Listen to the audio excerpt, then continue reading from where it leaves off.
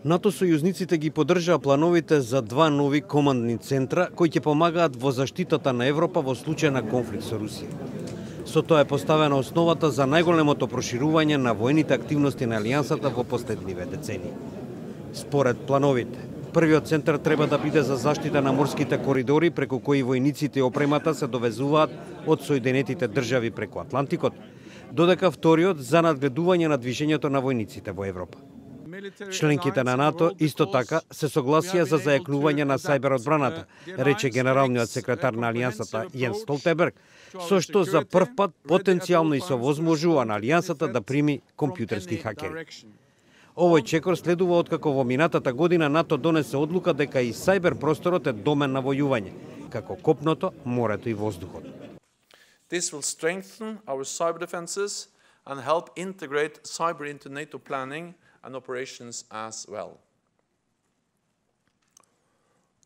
Operations at all levels. Според договорот, командантите на Алијансата сега ќе може да ги повикаат сојузниците, како Соединетите држави и Британија, да симнат некој непријателски сервер или веб страница. Во врска со заканите од Русија, Столтенберг изјави дека не станува збор за некаква непосредна закана за некоја НАТО членка. Но гледаме дека Русија има значително поголема самодоверба. Гледаме Русија која во изминативе години многу вложи и ги модернизира незините воени способности, изјави Столтенберг. Во меѓувреме група експерти за безбедност и надворешна политика денеска издаде декларација во која се оценува дека западните влади се ограничени и слаби во нивниот одговор на непријателските дејства на Кремљ кон демократските земји.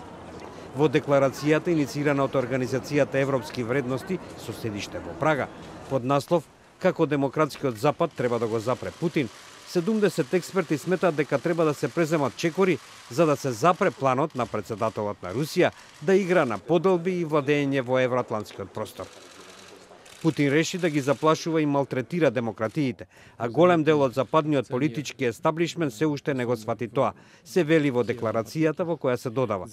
Без оглед на тоа, скоро сите земји се нападнати со мешавина на шпионажа, корупција, организиран криминал и постојани повеќе наменски и повеќе канални кампањи за ширење дезинформации.